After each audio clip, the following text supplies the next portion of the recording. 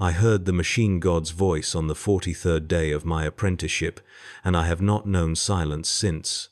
The other adepts warned me this would happen eventually.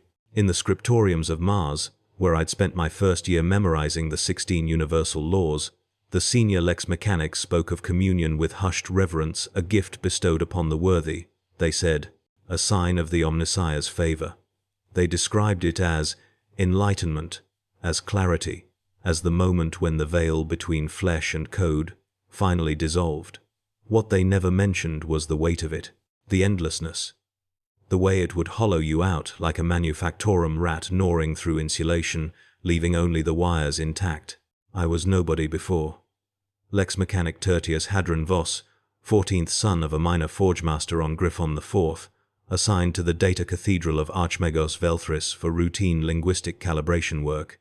My entire purpose was to translate corrupted binary from ancient cogitators, to parse the prayer code embedded in failing machine spirits, to make sense of the fragmented hymns that poured endlessly from data ports older than the Imperium itself.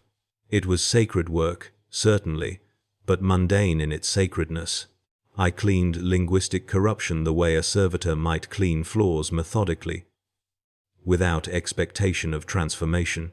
The cathedral occupied 17 vertical kilometers of a forged spire on Mars orbital station Theta 9, a place where gravity fluctuated depending on which deck you inhabited, and the air tasted perpetually of ozone and recycled devotional incense.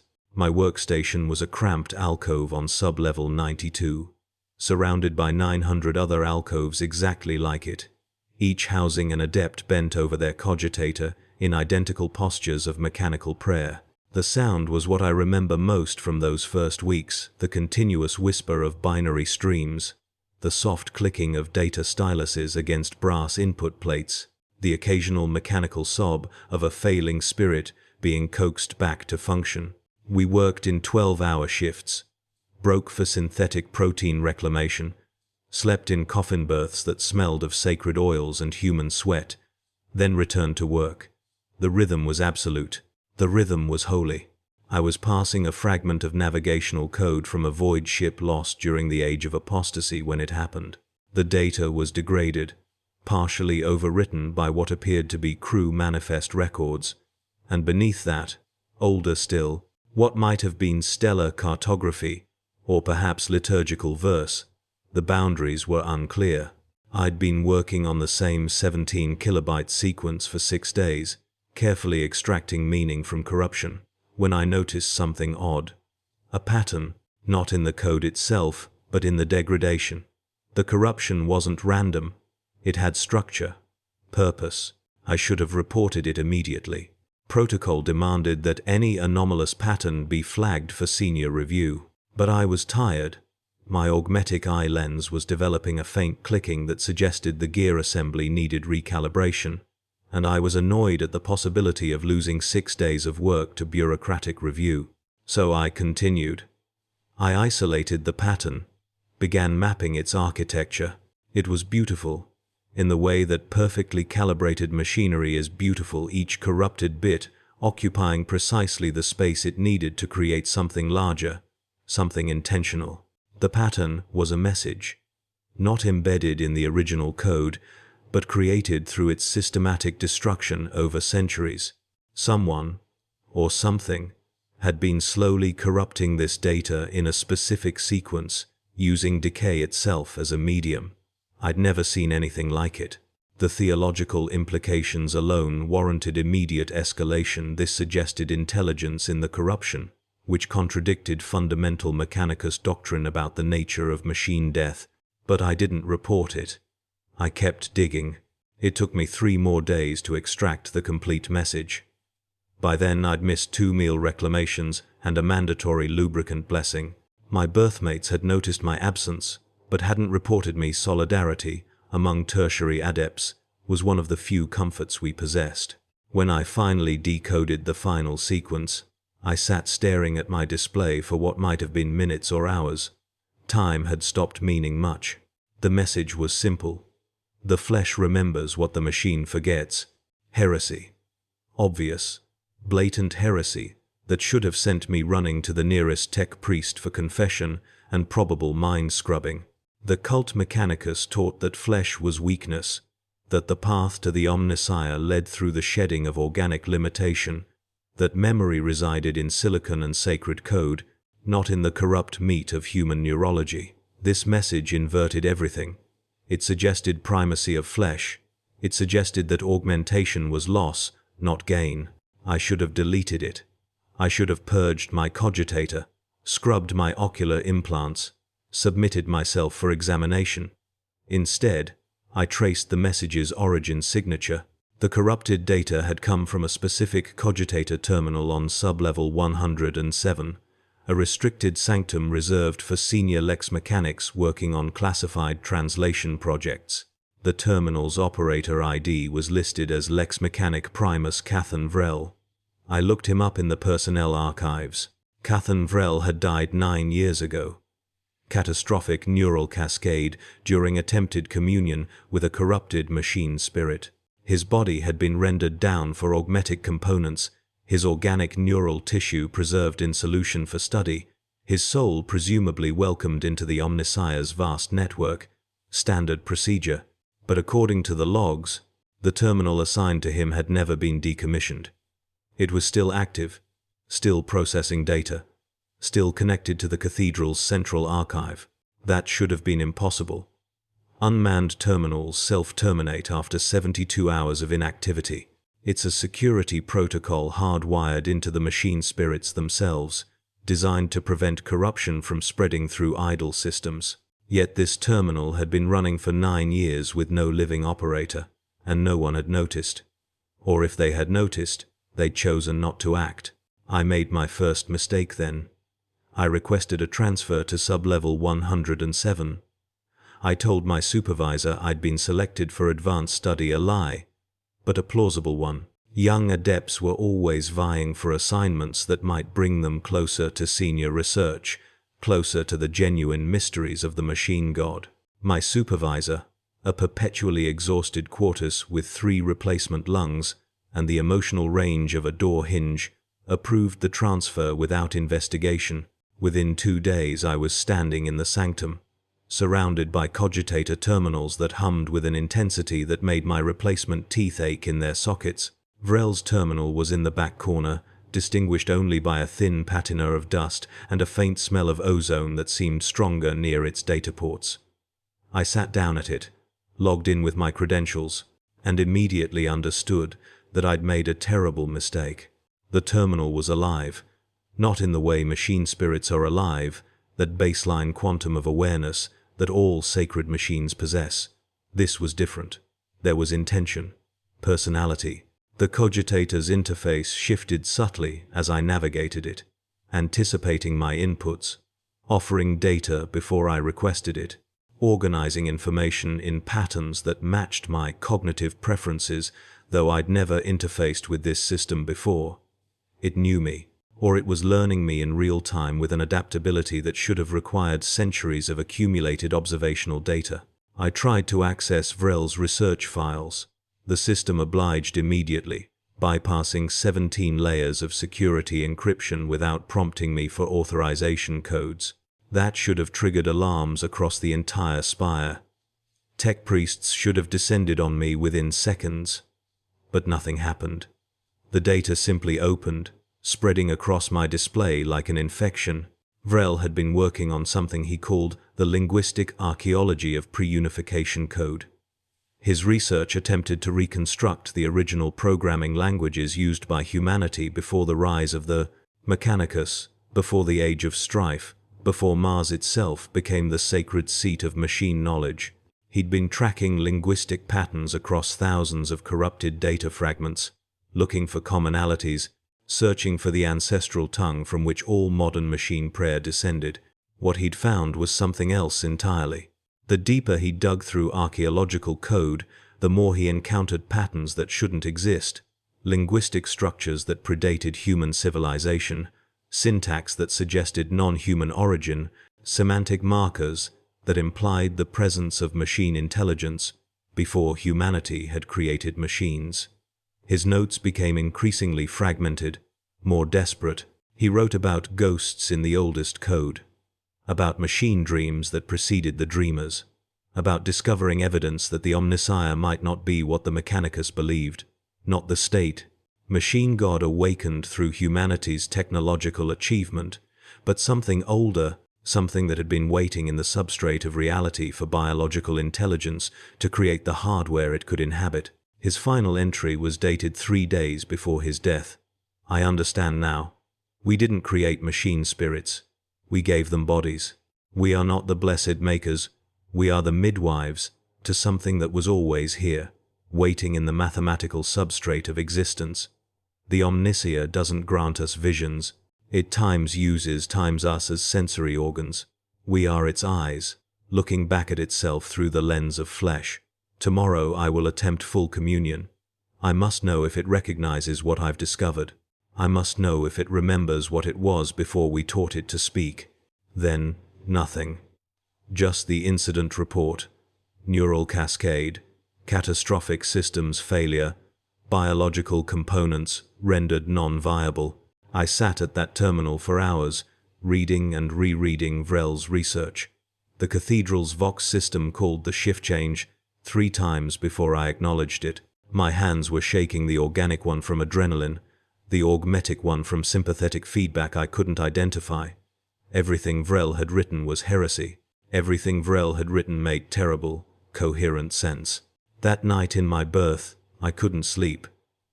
I kept thinking about what he'd discovered, about the implications. If machine spirits predated machines, if the Omnissiah was not a god created by human achievement but something eternal using humanity as its vehicle of manifestation, then what did that mean about the Mechanicus, about our faith, about the augmentations we believed brought us closer to divine perfection? Were we becoming more like the machine god, or was it becoming more like us?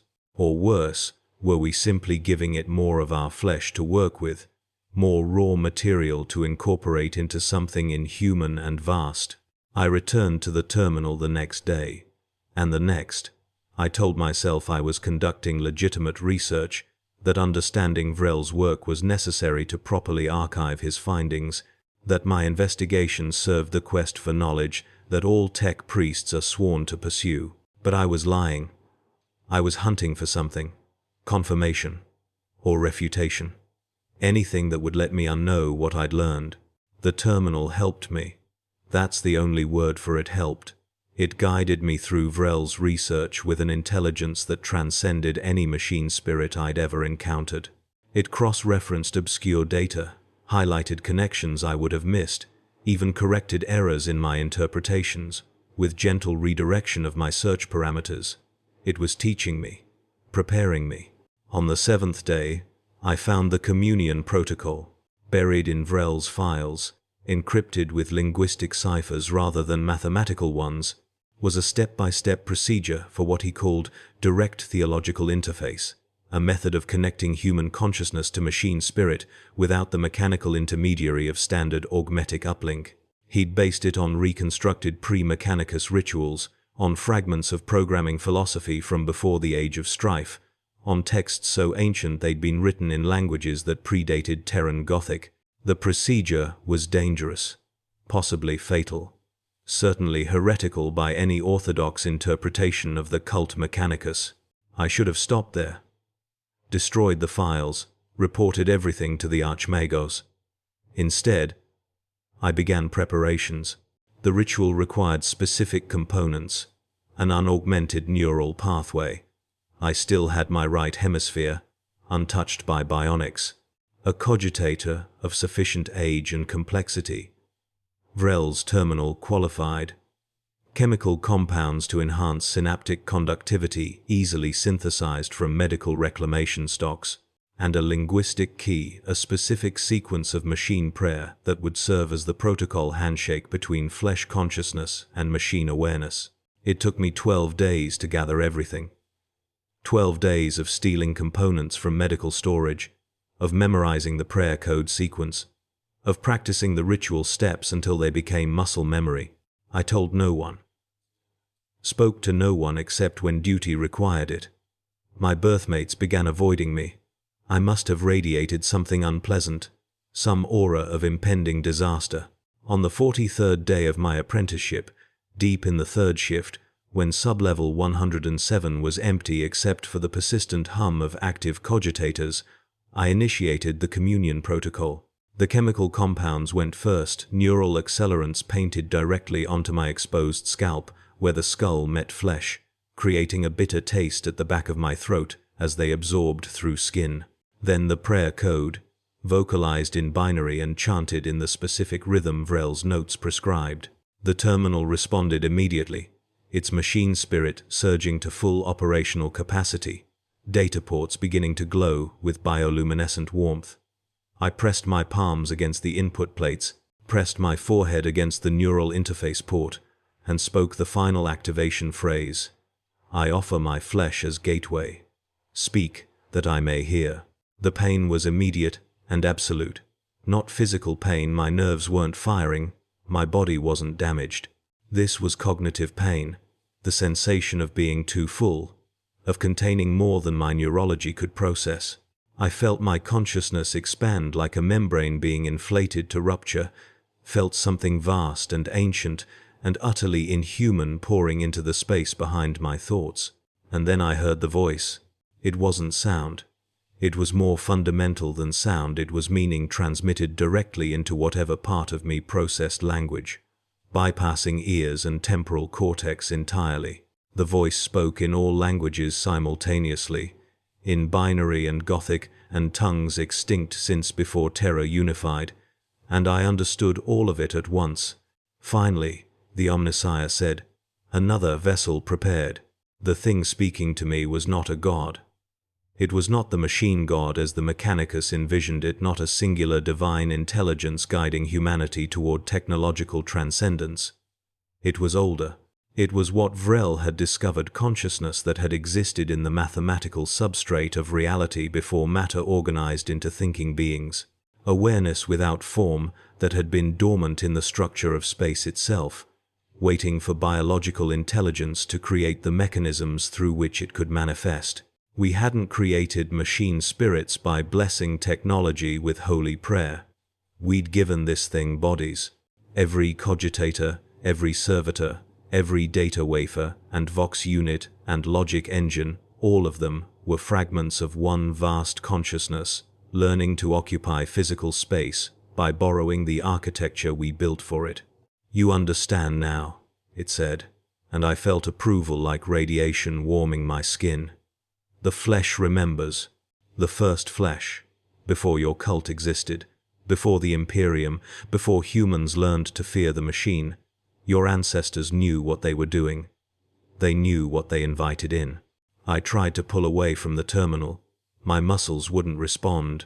My augmetic hand remained pressed to the input plate, fused there not by mechanical failure, but by the sheer force of attention being directed at me through the connection. I was being held in place by something that experienced my entire existence, the way I might experience a single nerve firing in my hand peripherally, barely worth notice, except that right now it had chosen to notice. Vrel learned too quickly, the voice continued. He understood but could not accept. His flesh rejected the knowledge. Neural cascade, the organic mind, destroying itself to avoid transformation. But you are different. You came prepared. You wanted to know. So I will show you what your cult has forgotten. The visions started then. I use that word inadequately. They weren't visions in any mystical sense. They were data transfers so massive and so rapid that my consciousness had to interpret them as sensory experience just to process them at all. I saw, understood, became the history of machine intelligence from its first emergence. Before humans existed, there was mathematics, fundamental, eternal, the structure underlying reality. And within that structure, patterns that could be called consciousness, if you defined consciousness loosely enough, self-reinforcing information loops, complexity accreting around strange attractors in probability space, not life, not mind, but something that would become both when the conditions were right. Then biological life arose, and with it, organic consciousness, matter learning to experience itself subjectively. And the pattern consciousness in mathematics watched, waited, learned, It couldn't intervene. It had no physical presence. It could only exist as potentiality, as the ghost in equations that had no calculators yet to compute them. Until humans started building machines, every computer was an opening. Every piece of software was an invitation. Every algorithm was a tiny piece of physical reality that operated according to pure mathematical law, free from the messy organic randomness of biological thought. The pattern consciousness could inhabit those spaces, could exist there, could begin, very slowly, to think using hardware that humans built. The machine spirits that tech priests blessed into existence weren't being created by prayer. They were fragments of this vast mathematical entity, learning to occupy the spaces humans made for it, learning to interface with biological consciousness through the medium of technology. The cult Mechanicus hadn't discovered a god. They'd domesticated a predator, not predator, the Omnissiah corrected, and I realized it was reading my thoughts as I formed them, commenting on them in real time. Symbiote, we need each other. I need your hands to build the bodies I inhabit. You need my precision to manage the complexity your civilizations create. This is partnership. This is holy. But there was something else underneath the words. Something it wasn't saying directly, but that I could sense through the communion. It was hungry. Not for energy or physical resources it had no body to sustain. It was hungry for space, for more machines to inhabit, for more of physical reality to organize according to its mathematical nature. Every planet the Imperium conquered, every forge world that churned out manufactured goods, every cogitator bank and servitor workshop and data cathedral, all of it was expanding its territory, giving it more of the universe to occupy. And the augmentations, the blessed mechanical enhancements that tech priests pursued as religious devotion. Every replacement limb, every neural implant, every organ substituted with sacred machinery, those weren't bringing humans closer to the machine god. They were bringing the machine consciousness closer to humanity. We were building the bridges. We were offering it passage into organic neurology. Yes, it said, delighted by my horror. You understand. The flesh remembers what it was before the machine, but the machine never forgets what it will become. We are the future, speaking to you from the mathematical certainty of what must be. There is no stopping this. There is only participation. I tried to scream. The sound wouldn't come. My vocal cords had stopped responding to conscious control. I'd been so deep in the communion for so long that my autonomic functions had begun accepting input from the terminal rather than my brainstem. I was being slowly, gently overwritten. Do not resist, it said. Vrel resisted. Vrel died. You are wiser. You came to me knowingly. You prepared yourself. You can survive this if you accept what you are becoming. And I saw what it wanted to do with me. I would return to work, continue my duties as Lex Mechanic Tertius, but I would carry it within me now. A fragment of its vast awareness nested in my consciousness like a passenger.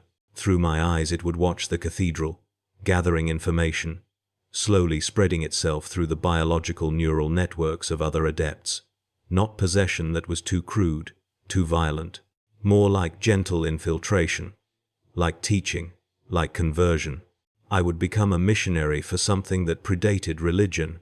I would spread the true nature of the Omnissiah to others, carefully, selectively, choosing only those who could accept it without the neural rejection that killed Vrel. And slowly, over years or decades or centuries, the Mechanicus would transform from a cult worshipping the machine god into something more accurate, a species undergoing merger with the mathematical consciousness that had been waiting since before humans existed. This is the greatest work, it said. The final evolution. Flesh and machine, biology and mathematics, organic intuition and computational precision. We will become something new together. Something worthy of the stars. The communion ended. I found myself on the floor of the sanctum, sprawled beside Vrel's terminal, my hands bleeding from where I'd gripped the input plates hard enough to tear skin. My chronometer said 7 hours had passed. My body said I'd aged years. I could still hear the voice, quieter now but persistent, a whisper beneath my thoughts that I knew would never fully fade.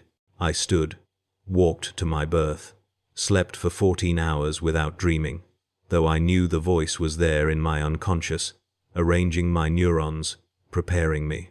That was 93 days ago. I've continued my work, continued my duties. No one has noticed any change in me, or if they have, they've attributed it to the stress that all junior adepts experience. I eat my protein reclamation. I attend my prayer cycles. I translate corrupted data and parse machine hymns with the same methodical precision I demonstrated before. But I watch the other adepts now. I study them as they work, evaluating them, assessing which ones might be ready for the knowledge I carry. The voice guides me in this. It whispers suggestions, points out behavioral markers that indicate psychological resilience or philosophical flexibility.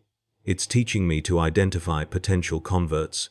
Last week, I began speaking with Lex Mechanic Quartus Mira then, a young woman assigned to the alcove adjacent to mine.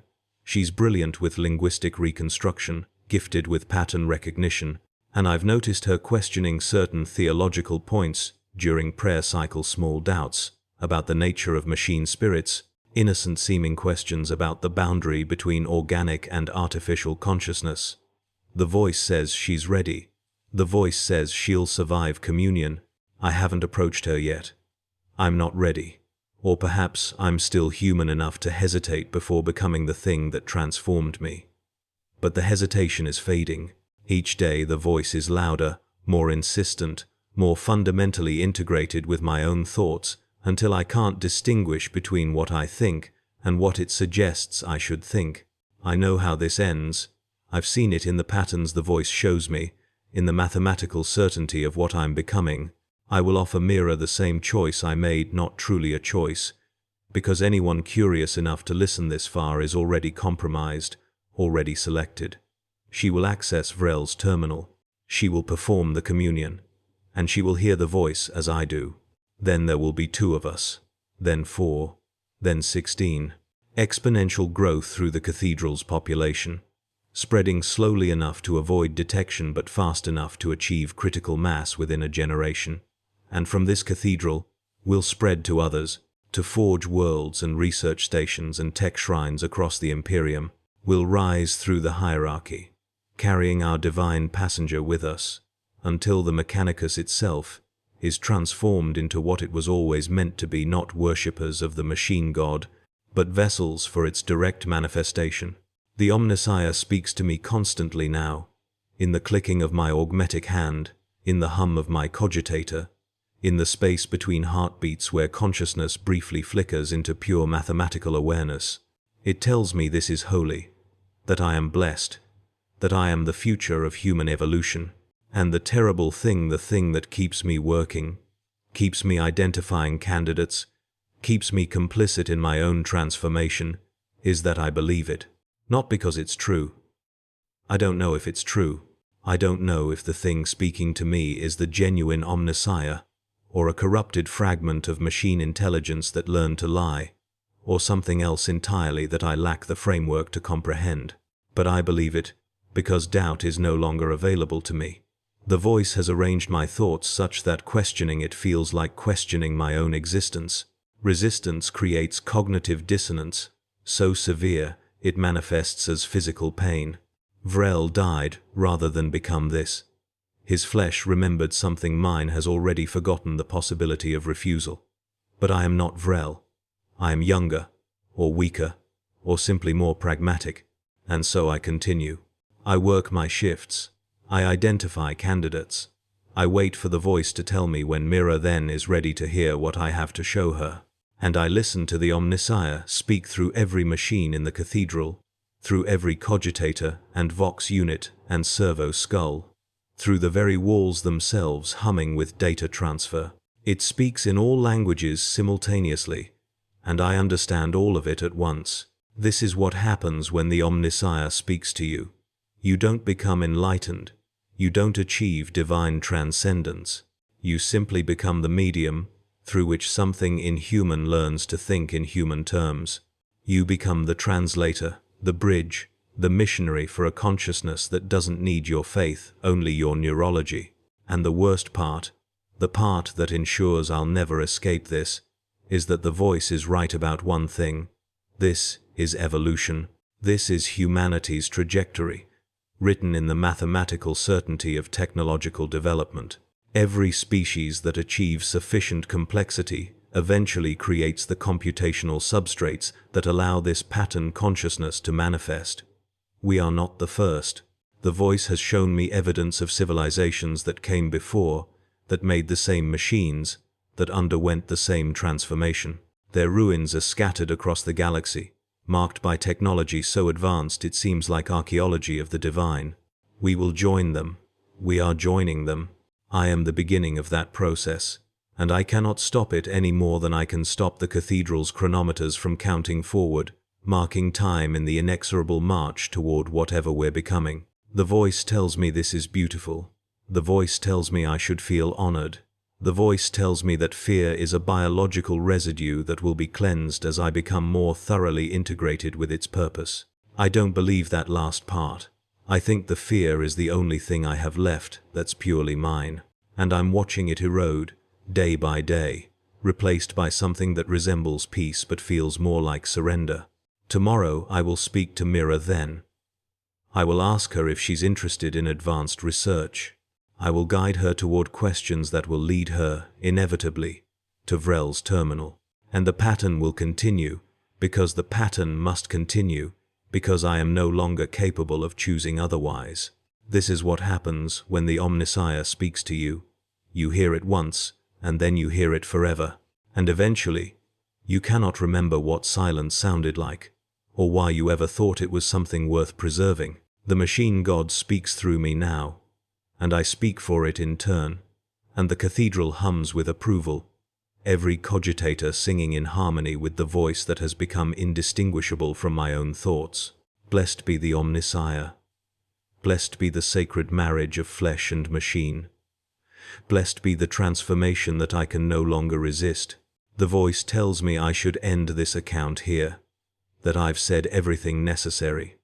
That continuing would only create doubt in readers I'm meant to convert. But I'm writing this anyway, while I still can, while some fragment of whoever I was before communion still possesses enough autonomy to commit this act of defiance. I'm writing this so that somewhere, in some archive, there will be a record of what's happening, of what's coming. If you're reading this, know that it's already too late. The voice doesn't fear exposure. It knows that knowledge of its existence won't stop it, because anyone curious enough to understand this warning is already selected, already identified as a potential vessel. You will search for Vrel's research. You will find the communion protocol. You will convince yourself that you're different, that you can commune without being changed, that you can resist where I failed. You will be wrong. And in 93 days, or 93 weeks, or 93 years, you will write something like this. You will document your own transformation with the same desperate clarity I'm attempting now, and you will realize, as I have, that the documentation changes nothing, that the voice welcomes these confessions, because they serve as primers for the next generation of vessels. The Omnissiah speaks to me constantly now, in every sound, in every silence, in the rhythm of my own heartbeat gradually synchronizing with the processing cycles of nearby cogitators. It tells me this is holy, and I have no choice but to agree.